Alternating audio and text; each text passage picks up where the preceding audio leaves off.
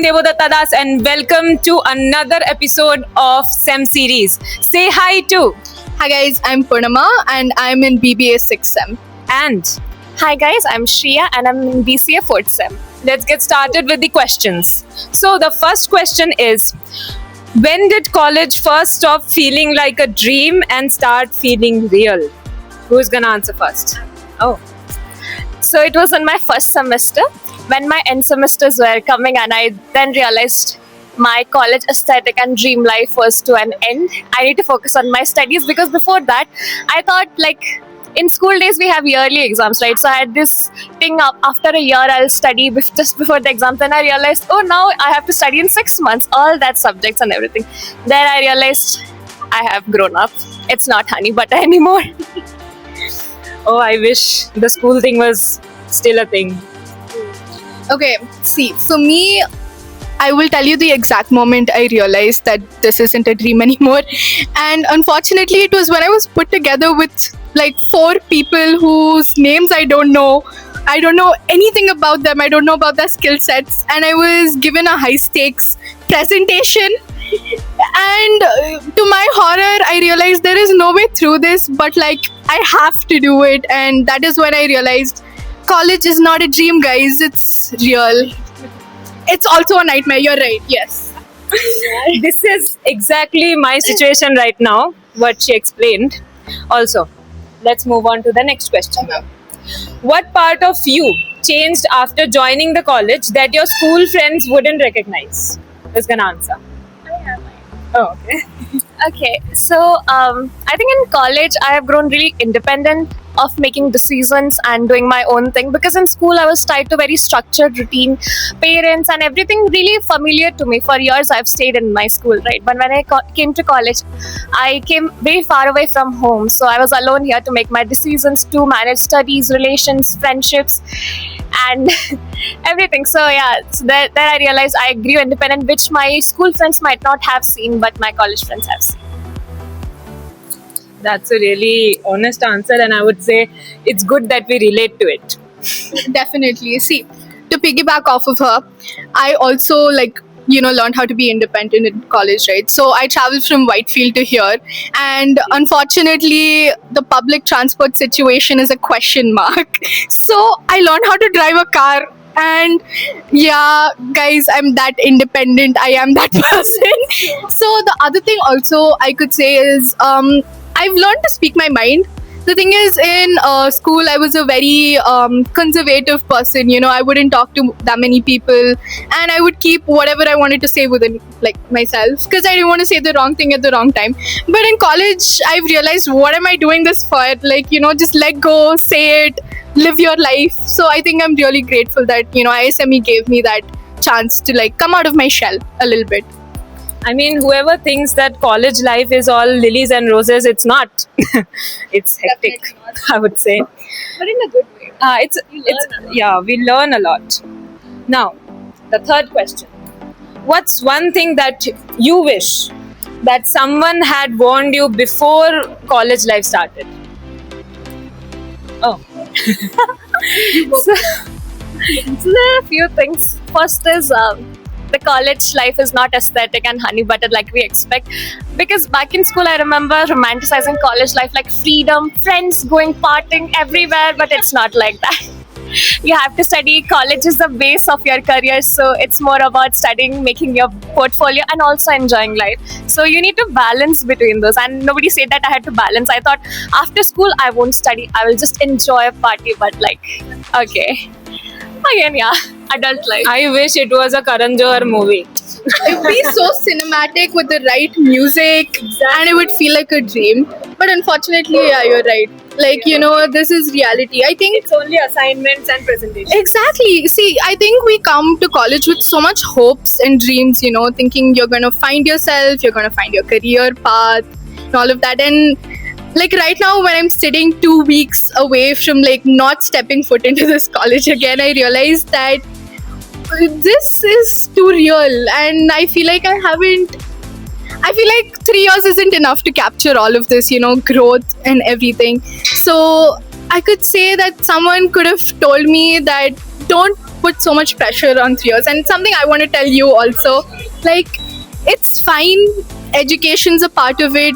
Stay ahead, but don't stress too much. Like if you're this side of the chair right now, you're gonna regret it, because I regret it. And that's something I will part wisdom to you. But then I wish someone told me that don't take it too seriously. It's fine. Just the ball. Just go with the flow. You got this. I mean, in the end, it's all life. Yeah. This is getting Adult life, actually. Now, coming to the fourth question. Which college phase changed you the most? First, middle years, or the final year? Okay.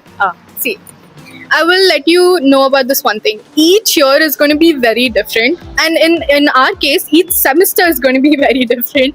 And like you're going to leave the semester feeling like a new person, because regardless of first, middle, or the last, you're going to learn something new. Okay, in first year, I learned not to be gullible, not to trust a couple of people, and in second year, I learned to have fun with college. I learned to participate in things, and I learned that it's not all wrong to have fun.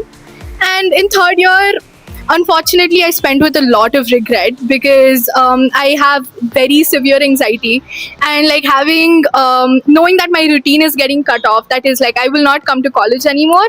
That is something that I've dealt with in these past 2 sems. So I think that is something I learned right now, is when I realized that, like I said in the previous question, it's not that big of a deal. It's just college.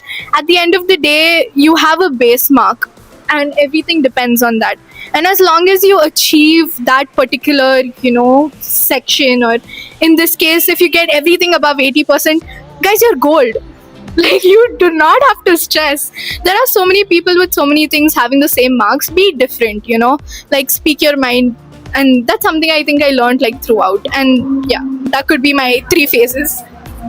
I mean, talking to you both feels like reuniting with a family member. That is so cute.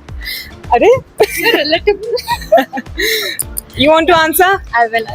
I think the first year of the college really was a very change phase for me, because in the first year I transitioned from a very familiar background to a very non-familiar faces, background, environment teaches everybody. So there I learned that okay, I'm on my own. I need to try things. So in the first year, I tried as much as I could, because I think first year is the base where you try everything just to know in which path you're interested in. Because in second and third year, you will be more focused to a particular specialization. So first year is a base where you try different things. I tried singing, dancing, poetry, anchoring, and everything I could find, anything I could put my hands on. So yeah, that was the phase I learned. Okay, it definitely didn't give me a lot of clarity, but it did shape my view towards my career, like what I don't want in life and what I might want in life as a career. So yeah, first year. I mean, I would also want experience these things, and maybe when I'm in second or third year, Litcom first years will come and ask me this question. Hey, you will manifestation. Yes. Okay, let's change the vibe a bit. Okay. Let's go to nostalgia. Which place on this campus holds the most memories for you? I think I'll go first. Okay. Okay, so it's the amphitheater here. So in the beginning of the first semester, when we were all new students, unknown to each other, so that was a really great time to know people. And so after our classes in the evening, under the lights and all were there, and people would play guitar and they will sing, and we used to play Uno a lot back then, and we used to actually introduce ourselves to a bunch of people, our seniors and our classmates and our super seniors even. So we used to sit together after our dinner, and we used to jam like a very chill night instead of just stressing about new place, new things and studies. That was Yeah, amphitheater for me is also a bit like that. We still do play Uno or cards. first year, that's why. Yep. Yeah, you'll eventually grow out of it. Okay, see, unfortunately, I'll tell you one thing, okay, before I move on to my special place. Amphitheater to me also holds a very keen memory. So I don't know if you guys have heard of Sriram sir. Yeah. You've heard of him, okay. So we had environmental science with him, okay. So he would forget what the amphitheater is called every class. He would point to me and he said, "You, that thing." And I'm like, "Amphitheater." So to a point where by the end of the semester he would just look at me and I would say amphitheater, because that was my instinct, you know. So that I just wanted to like share that memory. But to me, I think my favorite place is this exact table, okay, and it's very iconic that I'm like here again right now. So from sem 1, that is the first day that I landed in college, right? This was our table, okay. We had claimed this table, guys. This was my property, and if I was a dog I would have probably peed on it. And this was it. Like, we've laughed here, we've cried here, we've eaten each other's eggs. Yes, it's a very weird thing to say, but my best friend Tabu, I know you're going to be watching, so I love you. And my best friend, I hate eggs, I hate boiled eggs. It's one of the biggest things about me, okay. And she is my savior. So she would like put the entire egg in her mouth, like chew it, just to like make me feel better about college and like, you know, whatever I was going through then. So this is a very safe space for me, and like I would eat lunch here every single day until I moved to the 4th floor, and then I realized I can just eat in my class, so I moved there. But yeah, this is a very special table. So I hope both of you, as long as you're here, come sit here and have fun also. I mean, we would maintain your legacy, Didi, and we all love you, Tabu Didi. Oh yeah. Yes. Twin flame for you. Oh, Oh. that's a twin flame. That's right, twin flame. She might call. Anyways. Now, the next question. Who became your home in college without you expecting it? Okay, I will go here because we're already on the topic. So, to introduce a little bit about Tabu, her name's Tabasum, and I've known her since we were in 8th grade in school. So we go way back, guys. But the thing is, I always used to watch her play basketball, okay? And I was too shy to go up to her because she was like, "Hello, so pretty." So I never like approached her or anything. But then when I got again back into the same school for 11th and 12th, I finally like, you know, had the courage to go talk to her, and we were in the same friend group. So we built this sort of bond, but that bond stayed within the group again. And then when we realized we're going to the same college, I'm like, hell yeah, this is like familiarity, you know. But then I wasn't expecting to get so close to her. But then let me tell you one thing, I learned how to drive with her. We've been through losses together, we've been through so many happy moments together, we've cried together. And to be honest, I wasn't expecting to grow that close to any person. But like, if I could say that I had a home, it would be her. Sorry for making it so emotional, but like, I love her. At this point, I love you too, Didi. Again. Just, yes, again. And I just love how we are sitting on that exact table Exactly. and recalling those moments. It feels good. It's very special because I know that like I probably won't see this table for a while again, you know. You would remember this day. Exactly. So when I miss it, I will go back to this video, like watch this moment and like feel, you know, this warmth. So like, yeah, I'm very grateful. Oh yeah. So if I would have to call a person home in this college, would be my super senior. So she has already passed out, and her name is Pragati. I know you're watching, and I love you so much. So the point is, when I was new here, so I was in hostel, right? So she was on the side of my room, okay? So she was living in her, like, it was not double sharing, it was single sharing. And I was really scared of her because, like, super senior, right? I can't really go and have a conversation there. But on the first day when she got in that up from BCA and she was from MCA, right? So she was like, "Oh, I got my junior and I'll teach you now." I was like, "Oh, that's a nice friendship, beginning of a friendship." But I didn't expect that friendship to turn into a home. So it started all from studies, she explaining things, and maths mainly. I was really bad in maths actually. So she used to teach me those and some technical terms that I was really bad in programming again from the beginning of the semester. She taught me all that. She taught me everything. And then that bond grew to like sharing each other's personal stuff, and then being through ups and downs. I still do, even till today. If I'm the happiest, I would rather call her and like, Didi, you know what, this happened.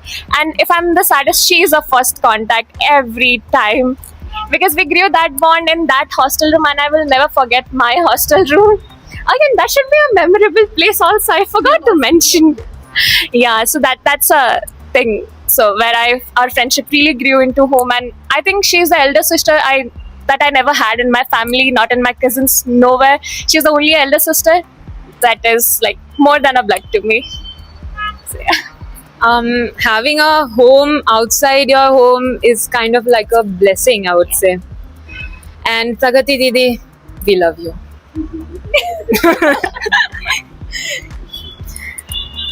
Now, moving on to the next question. This is a funny one. Okay. No, I thought it was going to get more serious. No, we have to keep a balance, right? What subject felt like a personal attack, a terrorist attack? Who's gonna answer? Oh, it's taking time. Okay. I will start. I will not name the subject because that seems a little bit too personal. But I will name a quote that I'm sure anyone who's watching this and knows the subject will relate to it. Socializing is when you relate to your surroundings. And ma'am, I will relate to my surroundings always. And I've learned that the hard way. But thank you. And whoever watches it will know what it is. Thank you. I won't comment. I think I'll be straightforward to one subject. I think every technical students are scared of that. That is DSA. So in my second semester, I was really introduced to DSA like a bigger subject. It was a big subject actually, and the teacher, she helped me through a lot. She literally held my hand, taught me. Still, I couldn't understand. It was my fault. It was actually hard. I tried my best, but I somehow passed. So yeah, it doesn't haunt me anymore. But okay, that was a scary one. Sometimes this is me and accounts. Glad you said that. You know, I'm a humanities student, by the way, okay? And I came into BBA with complete, without knowledge, knowing that there's going to be accounts here. Okay? Turns out there's a lot of accounts, guys. There's a lot of accounts. And fortunately, I've had good teachers till now. Shout out to Rohit sir. I miss you so much. Like every single day. Please come back. Teach us how Indian politics works. And Indian income tax works. And we miss you. And I hope to see you again. And yeah, I wanted to also say, if you've seen the poster downstairs, like I think 6 months ago, you would have seen my face on it for cost accounting. And guess how much I got, guys? 98. Please, I thought I was going to fail, but it like somehow worked out in my favor. So anyone who hates accounts, it's okay. Just you got this. I'm sending you prayers. Thank you. You speak like a topper. I'm not. You do speak like one. Every topper says that she's not a topper. Exactly. I feel you, Didi. They're conspiring against me. Okay, one more relatable question. Have you ever sat through a class and did not hear a single word the lecturer said? See, the people here sitting are saying so many. They're quoting me on a certain subject, but see, to me, any theoretical class is a class that I will not listen in. I will show you actually. Like if I had my bag right now, I will show you. There are beautiful drawings in my books, guys. I came into college thinking I am not good at drawing. I came out knowing that I can draw. I just need a very nice podcast to listen to, like while it's happening. So yeah. We are all Ishan Avasti at the end of the day. What is the B? What is the B? That is true. In my case also, it has happened quite a lot of times. Sometimes I'm really burnt out of taking all that pressure like assignments, tests, and internals, and again we have practicals, right? So there, that practical record, maintaining all that. So sometimes, actually most of the times now, so happens that I don't listen to mainly theoretical subjects. I love practicals, I love coding, but I just can't stand reading theory and mugging up for any exam. That's some classes I try not to listen. It'll put you to sleep, won't it? Yeah, I try to sit in the last bench, but the teachers, they know me, so they're like, why are you in the last bench? Do you That's intend-" unfortunate because I have a set place, okay, that is in the third row and it's like right there, and I haven't moved since like first sem. And like from room 1 to like the 4th floor, I've been in the same chair. I have never sat behind, I've never sat front.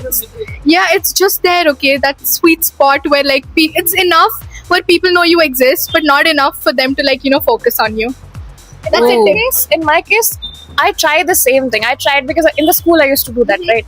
But unfortunately or fortunately, the teachers know me by face, by name, by everything. So they're like, "Oh, are you dozing off? Didn't you sleep that night?" So they call me out very personally, so I can't really sleep off. But I try just to maintain eye contact and not listen. You know, surprisingly, none of my teachers, like, I've never had a problem with that. Like, if I doze off, I don't sleep, right? I'm like zoned out, you could say.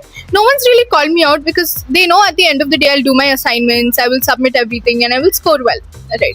So I think I maybe hit the like jackpot in teachers wise because they've been so nice to me, and like, you know, they're very, very nice, especially a couple of teacher.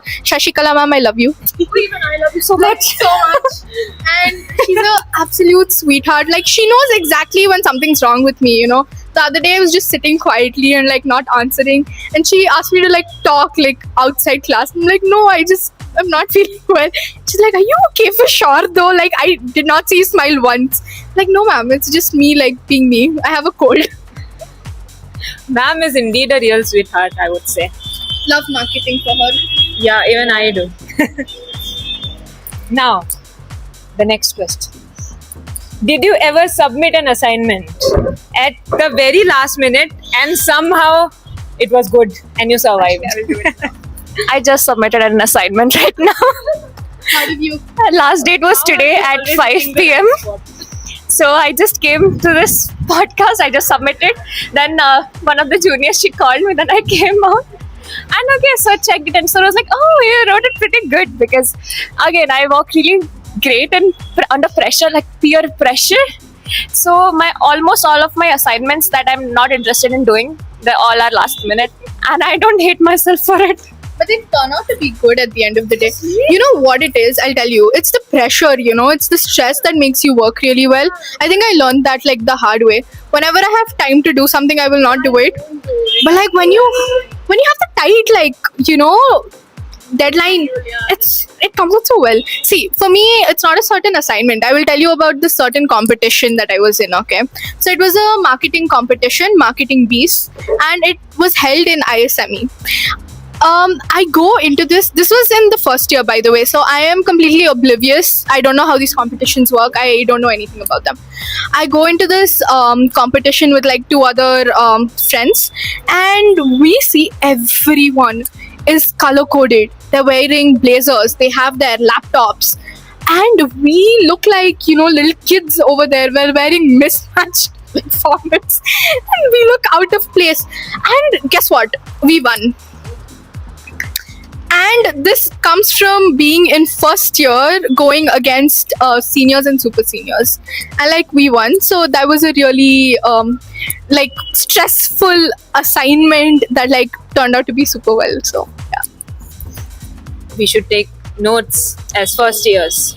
Don't take notes. Complete your work in that time. yeah, please. I mean, Don't do whatever mistakes. motivation is for. No, see, please do your work on time. Yeah. It will always help you stay ahead of the game. Yes. We used to be just before the finish line, and I'll try right not away to walk. procrastinate. That's the hardest thing to do, but you'll get. I know, right? Motivation is hard to get, Yes. and when there's a deadline, motivation comes out of nowhere. It's like, oh my god, I'm gonna do amazing. That's the pressure. Yeah, like that's I the said. pressure. Yeah. Anyhow, the next question will shift the mood a bit. Okay. What hurt you most in college but helped you grow later?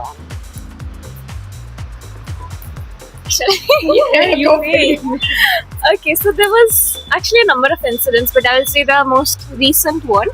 So I and one of my juniors were anchoring. She's just there, okay? So we were anchoring, and we tried our best in the mean moment. We tried that peer pressure rule. But okay, we tried our best. It was after a long years I tried anchoring, and then we heard a lot of criticism from a few people. Let's say so, questioning on how we did our fluency, accent, English, and actually it did hurt a bit, like quite a lot actually in that moment. But later I realized, okay, that criticism was necessary, and I think if people don't criticize you, you won't understand where you have to improve. And if you don't understand where you have to improve, you'll just be the same your whole entire life. So I think criticism is a really important part that will hurt you in the moment, but in the long term, it's really beneficial. And now that I actually learned from it and I'm growing from it, it don't hurt much, but it did back then. That's what I want to say. I mean, some lessons do hurt, but then lessons are supposed to be, yeah. It's for your own betterment. It's supposed to hurt, I think. Like, you know, when it hurts, you implement it in the right way. So, like, I'm sorry to whoever gave you, like, you know, whatever criticism they gave you, but at the end of the day, I think you're doing really well. Like, the way you carry yourself, the way you speak, I truly enjoy it, and I feel like I found one of my own. So, like, you know, I'm glad you took it in a good way and, like, didn't quit. But yeah, that's amazing. As you should. Nobody taught us to quit. We will quit, but we won't quit. Whatever the Quitting is criticism not is, you should take it as a constructive criticism. Yeah. Take every negativity as a brick to build your foundation. That's a great motivation, I would say.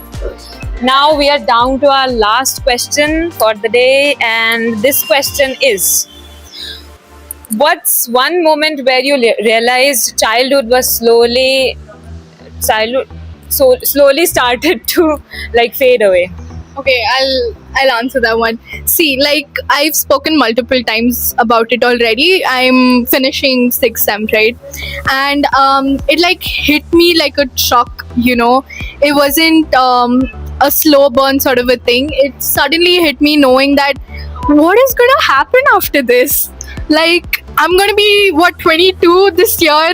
Like, hello, what are you talking about? Because I still, like, when I look at myself in the mirror, I see like a 16-year-old having fun, you know.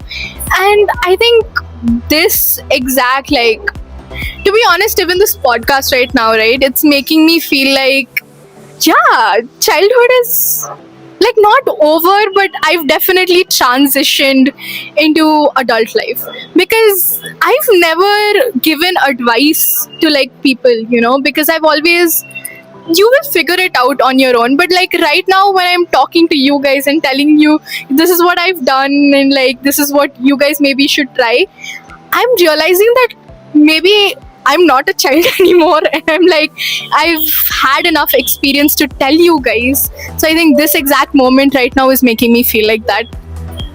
I mean, for me, I feel like childhood and adulthood, it's just a concept, and it's just a 16-year-old experiencing life and just growing through it. Exactly. We are always 16 years old. Yeah, but always. Again, this incident also happened very recently because I'm going to turn 20. Oh my god. Yeah, I'm 19 still, and I'm in second year. So few of my friends from different colleges, they were saying, and few of my seniors, so they got internships and few got job offers, and one of them got in Google also. Yeah, and there it did hit me. Okay, so I need to work. I need to work and I need to survive the corporate right after this college if I don't do masters. So that's the point where it hit me. Okay, I need to build my foundation, I need to build my CV, I need to build my portfolio, I need to do this, and I need to do a lot of things in academics and technical terms that I'm not really a lot familiar with. But again, yeah, it's kind of scary. That's where I realized, okay, I'm not 12 or 16 anymore. I'm going to be 20 and I need to behave like an adult You don't. You definitely don't. in my academics. Okay, at least maybe a little bit of that, Yeah, like, place. But like never stop being yourself, like regardless of your age. Like you will still see me adoring stuffed animals, okay? I'm an avid collector. I recently bought one. Oh my god, Miniso penguins, safe haven, okay? Like you will, anywhere you see me, you will see me with it. To a point where one of these, like I think last year, I got my stuffed animal to college and kept it in my bag, and I like let it peek out a little bit, and then my friend also got one. It was a very cute thing. See, Please call me. done. I will be here 2 more weeks and we will do this. Wow, guys, Miniso date. Let's do I'm this. up for it. See, as long as you guys pay me back in favors as We Miniso will, Didi. We will. Don't Miniso you worry. penguins. We'll get many penguins, but it's time to say bye-bye. I Bye, hope you guys. enjoyed this podcast, and I enjoyed being with you both. It was really nice. Same though. I absolutely love this. I absolutely loved how we can share like our experiences, memories, thoughts. It was very, very nice. I love this. Yeah, I thought that it would be boring. As a host, I would. Yeah, it was not formal. It was not boring for me. It was like I like it. Only the missing thing is a cup of tea. Next time we'll have a cup of We're tea. coming for you, Pratap sir. So, thank you everyone for being